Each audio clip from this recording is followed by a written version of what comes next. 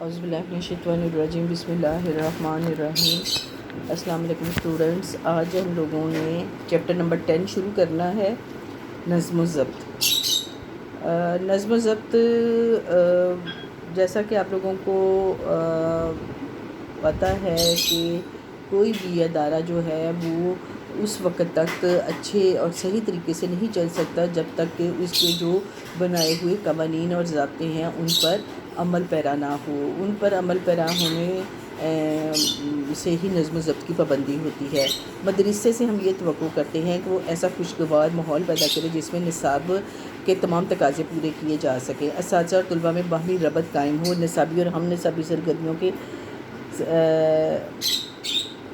سر انجام دینے کے لیے مادہ ہوں، اشتراک و تعاون یعنی مل جل کر اور تعاون کا ماحول اور سازگار فضا جس میں طلباء خود بخود جو ہے وہ اصول و ضوابط پر کاربند ہونے کے لیے آمادہ ہو جائیں، مدرسے کا نظم و ضبط کہلاتا ہے۔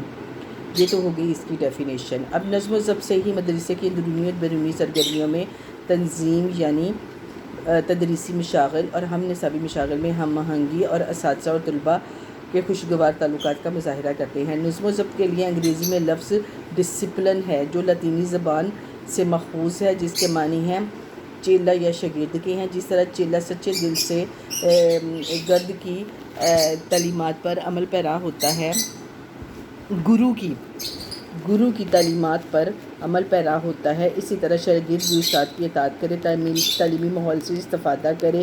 نظم و ضبط کی اصطلاح مدرسے کے ماحول اور مجموعی طرز عمل سے ہے جس میں طلباء مدرسے کے قواعد و ضوابط کے مطابق پابندی کرے اور مدرسے کے اندر اور باہر کی سرگرمیوں کو منظم کرتے ہیں۔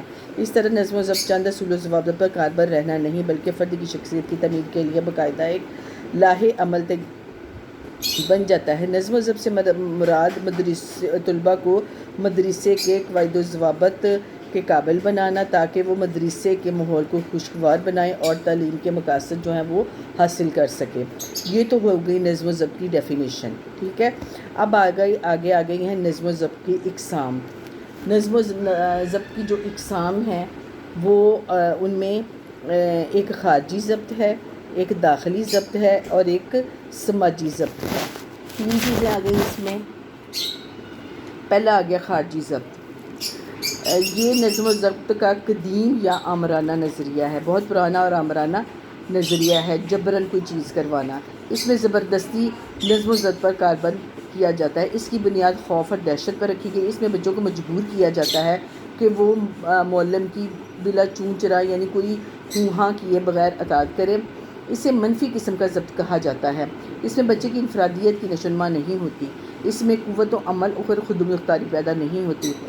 زبردستی نظم و ضبط ٹھونسنے اور بیرونی دباؤ کے ذریعے اصولوں کا پابند بنانے سے معلم متعلم کے تعلقات جو ہیں وہ بہت زیادہ متاثر ہوتے ہیں اور بچوں کی فطری صلاحیتوں کی نشوونما میں بھی رکاوٹ پیدا ہوتی ہے۔ اس قسم کے ماحول میں بچے خوف زدہ ہو کر بزدل بن جاتے ہیں، احساس محرومی اور احساس کمتری کا شکار ہو جاتے ہیں، اور اس نظم و ضبط کے حامیوں کا خیال ہے کہ خارجی ضبط کے باعث طلباء قواعد و ضوابط کی عادی ہو جاتے ہیں اور اس سے تعلیمی ادارے کا ماحول جو ہے پرسکون ہو جاتا ہے اور بچوں کی ساری صلاحیتیں تعلیم و تعلم پر جو ہے وہ مرکوز ہو جاتی ہیں۔ یہ تو ہو گیا خارجی ضبط، یعنی باہر سے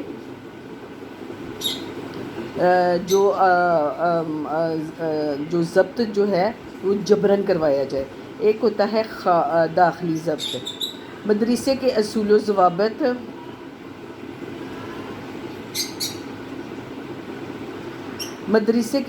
ضوابط پر عمل پیرا ہونے کی خواہش بچے کے اندر پیدا ہوتی ہے، بچہ خود بخود نظم و ضبط کی طرف مائل ہو جاتا ہے، آزادانہ طور پر مدرسے کے ماحول اور نصابی اور ہم نصابی سرگرمیوں سے استفادہ کرتا ہے۔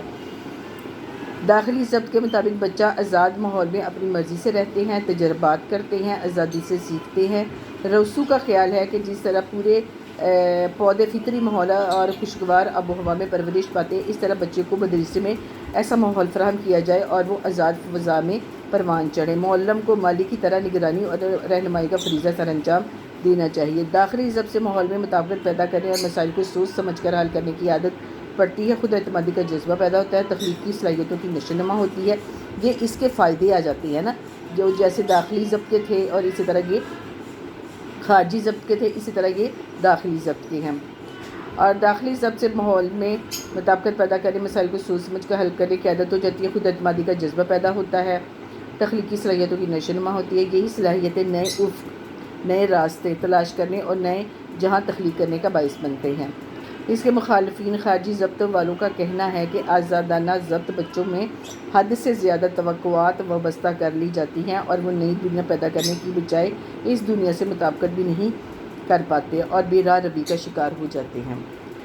آگے آگے سماجی ضبط، انسان اپنے ماحول سے متاثر ہوتا ہے، اس لیے مدرسے میں ایسا ماحول پیدا کیا جائے کہ جس سے داخل ہونے والا بچہ اپنے آپ کو ماحول کے تقاضوں کے مطابق جو ہے وہ ڈھال سکے۔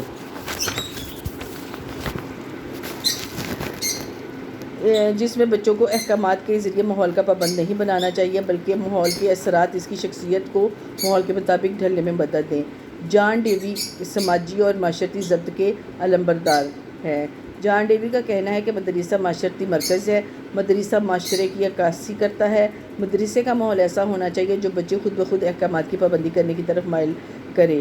بچے مدرسے کی تربیت سے ہی معاشرے کے ماحول میں ضبط کا مظاہرہ کرنے کے قابل ہو جاتے ہیں۔ یہ ضبط اس لیے بہترین ہے کہ اس میں بچے کی آزادی برقرار رہتی ہے، بچوں میں اشتراک و تعاون، قیادت کی تربیت، صحت مند مقابلے کا رجحان اور خود اعتمادی جیسی صفات پیدا ہوتی ہیں۔ سماجی ضبط کے